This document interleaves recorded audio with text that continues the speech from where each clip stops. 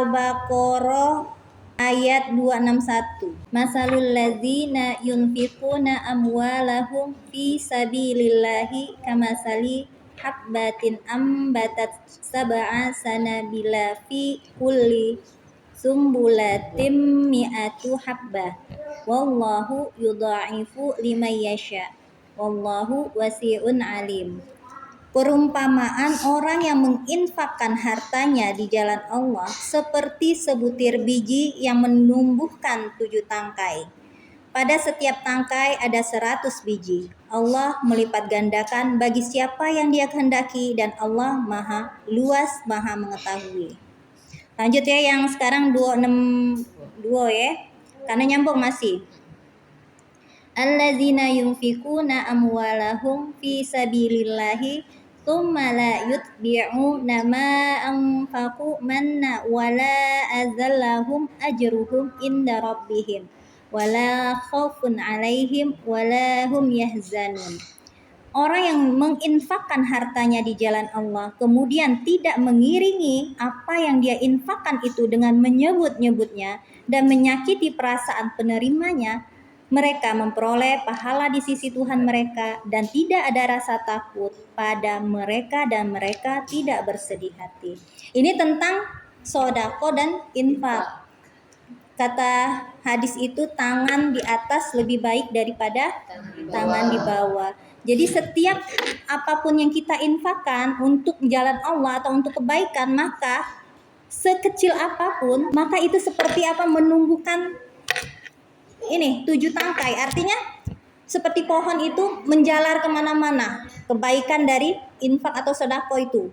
Nah, kadang kita ngasih ke orang, ternyata orang itu merasa mendapatkan kebaikan itu dia berikan kepada anaknya, menjadi pahala juga untuk kita, kayak gitu.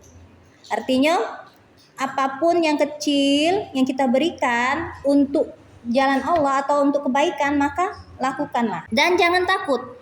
Berinfak atau bersedekah itu bukan membuat kita miskin. Tidak membuat kita miskin. Contoh misalnya yang kayak itu. Kalau kita ikhlas 1000 yang kita masukkan ke dalam tas itu, insya Allah itu nanti akan dilipat gandakan dalam bentuk yang lain. Mungkin bukan dalam bentuk harta, tapi bisa jadi dalam bentuk kesehatan tubuh. Bisa jadi keimanan kita yang bertambah kayak gitu. Walaupun kita kok aku ngimpak katanya kalau sedekah terus infak terus ini bisa kayo gitu. Jangan berharap seperti itu, karena orang muslim itu kita memberikan sesuatu atau berbuat kebaikan di dunia itu belum tentu dibalas pada saat di dunia ini. Kayak gitu. Bisa jadi ada yang dibalas pada saat dia di dunia dalam bentuk hal tadi, dilapangkan rezekinya, dalam kesehatannya, umur yang berkah, atau bisa jadi nanti ketika di hari kiamat dia mendapatkan naungan surga dari Allah. Gitu. Ada 7 orang yang mendapatkan naungan surga. Salah satunya adalah orang yang bersodakoh dan menyembunyikan sodakohnya. Selain itu ada juga pertama pemimpin yang adil, pemuda yang taat, laki-laki yang mencintai masjid, yang hatinya terpaut dengan masjid. Kemudian 2 orang yang saling cinta karena Allah. Lalu laki-laki yang diajak berzina tapi dia katakan dia takut Allah. Kemudian orang yang bersodakoh dan menyembunyikannya.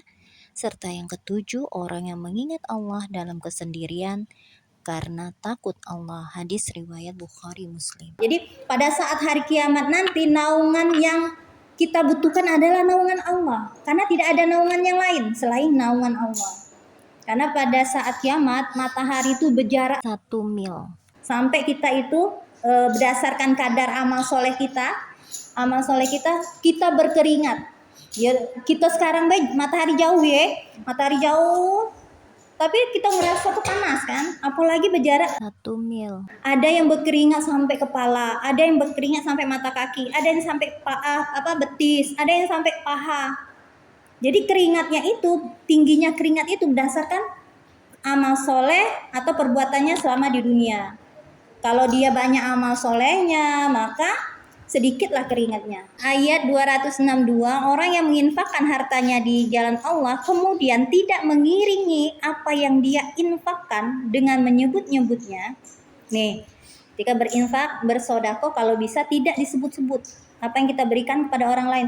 Aku kemarin ngasih ini loh dengan ini. Nah, tidak usah disebut-sebut, tapi boleh bukan memperlihatkan ya, untuk mencontohkan. Contohnya pembangunan masjid, infak sekian, bulan sekian, itu kan memang harus ada data. Nah, harus ada data. Kalau tidak, kaget takutnya uang kira korupsi apa-apa kan gitu. Iya, sampai dah. Jadi ada beberapa hal yang memang menyampaikan apa yang dia infakkan bukan untuk membuat dia riak gitu. Nah, jangan sampai orang yang berinfak atau bersedekah itu di dalam hatinya terdapat sombong atau riak, karena itu akan menjadi sia-sia. Ketika berinfak dan bersedekah itu jangan menyakiti perasaan orang yang menerimanya. Jadi jangan sampai kita tuh berinfak, aku nginfak ini karena kamu nggak punya, nggak boleh kayak itu. Kan itu walaupun dengan kata-kata kan akan menyakiti kan. Makanya sudah kalau kita nangenjuk ya sudah, ini aku kasih untuk kamu, sudah aja itu baik. Jangan ada embel-embel yang lain, sudah kayak itu. Dan mereka memperoleh pahala di sisi Tuhan mereka. Tidak ada rasa takut pada mereka dan mereka tidak bersedih hati. Lihat juga di ayat 264 masih sama masih tentang sedekah dengan infak Wahai orang yang beriman, janganlah kamu merusak sedekahmu dengan menyebut atau menyakiti perasaan penerima. Seperti orang yang menginfakkan hartanya karena riya kepada manusia dan tidak beriman kepada Allah dan hari akhir. Perumpamaan orang itu seperti batu yang licin yang di atasnya ada debu. Kemudian batu itu ditimpa hujan lebat, maka tinggallah batu itu licin lagi. Mereka tidak memperoleh sesuatu apapun dari apa yang mereka kerjakan dan Allah tidak memberi petunjuk kepada orang kafir. Jadi di sini ada syarat nih supaya diterima apa? Infak dan hartanya supaya diterima oleh Allah adalah tidak riya dan pamer atau pamer kepada manusia. Itu salah satu syarat diterimanya infak atau sedekah kita di hadapan Allah. Karena kata Allah katanya seperti batu yang ada debunya. Jadi pamer dengan riak tadi akan menghapus debu itu. Jadi sudah, tidak kata apa-apa. Kalau kita nak belajar untuk mengikhlaskan itu mulai dari yang kecil. Dari yang kecil-kecil. Kalau kita nak ngasih yang besar mungkin tidak kata. Ngasih yang kecil. Ya, dengan tetangga misalnya kalau ada makanan, saling berbagi makanan misalnya. Kalau banyak ayat yang mengajarkan sesuatu, berarti itu sangat ditekankan dan kalau bisa memang di dalam kehidupan kita jalani.